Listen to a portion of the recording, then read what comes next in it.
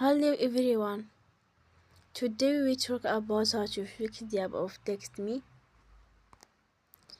Here we go to settings. Then we click on apps. After that we search the app TextMe and we click. Then you will enforce stop. After that we go to storage.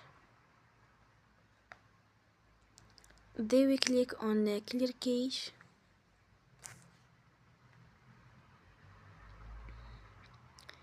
In the end, turn off your phone and you will restart your phone again. Don't forget to support us by like and subscribe. See you next time and thank you for watching.